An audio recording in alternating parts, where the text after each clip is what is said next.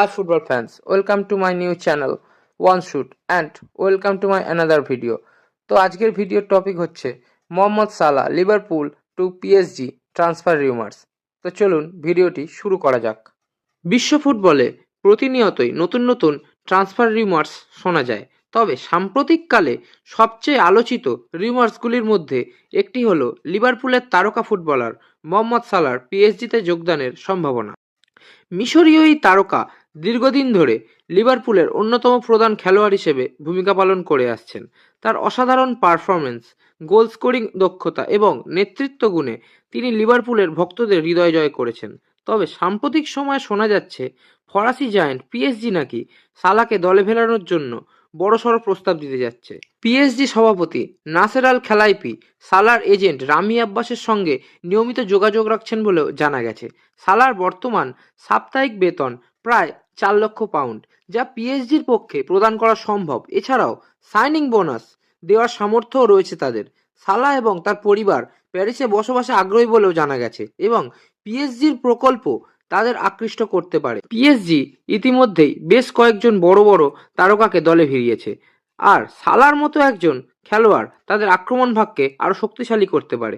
তবে লিভারপুল কি সত্যিই তাদের এই মূল্যবান খেলোয়াড়কে ছাড়তে রাজি হবে? চলতি মরশুমে সালাহ দুর্দান্ত ফর্মে রয়েছেন। সব প্রতিযোগিতা মিলিয়ে ইতিমধ্যে 13টি গোল করেছেন তিনি। ম্যানচেস্টার সিটির বিপক্ষে 2-0 ব্যবধানে জয় পাওয়া ম্যাচে তিনি একটি গোলও করেন। ম্যাচ শেষে তিনি বলেন, সত্যি বলতে এটি আমার মাথায় রয়েছে। এটা হয়তো লিভারপুলের হয়ে আমার শেষ সিটি ম্যাচ। আমি শুধু মুহূর্তটাকে উপভোগ করতে চেয়েছি। সালাহ জানিয়েছেন যে লিভারপুল থেকে এখনো চুক্তি নবায়নের কোনো প্রস্তাব কিন্তু তিনি পাননি, ফলে ক্লাব ছাড়ার সম্ভাবনাই বেশি বলে তিনি ইঙ্গিত দিয়েছেন। সালাহ 2022 সালে লিভারপুলের সঙ্গে সর্বশেষ চুক্তি করেছিলেন, যা তাকে ক্লাবের সর্বোচ্চ আয়কারী খেলোয়াড়ে পরিণত করে। তবে জানুয়ারি শুরু থেকে তিনি ইংল্যান্ডের বাইরে যে কোনো ক্লাবের সঙ্গে চুক্তি নিয়ে আলোচনা করতে পারবেন।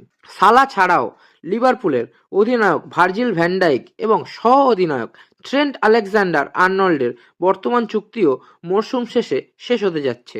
সালাহর ভবিষ্যৎ গন্তব্য নিয়ে এখনো চূড়ান্ত কিছু জানা যায়নি, তবে পিএসজির সঙ্গে তার যোগাযোগ এবং লিভারপুলের সঙ্গে চুক্তি নবায়নের অনিশ্চয়তা ইঙ্গিত দিচ্ছে যে আগামী মরশুমে আমরা তাকে প্যারিসের জার্সিতে দেখতে পারি।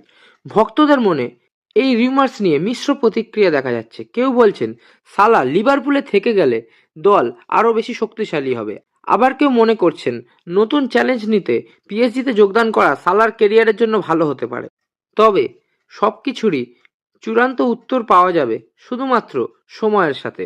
মোহাম্মদ সালাহ কি থেকে যাবেন লিভারপুলে, নাকি নতুন দিগন্তের সন্ধানে পাড়ি জমাবেন পিএসজিতে? ফুটবল বিশ্ব অপেক্ষায় আছে এই উত্তরের জন্য। আজকের ভিডিও এই পর্যন্তই।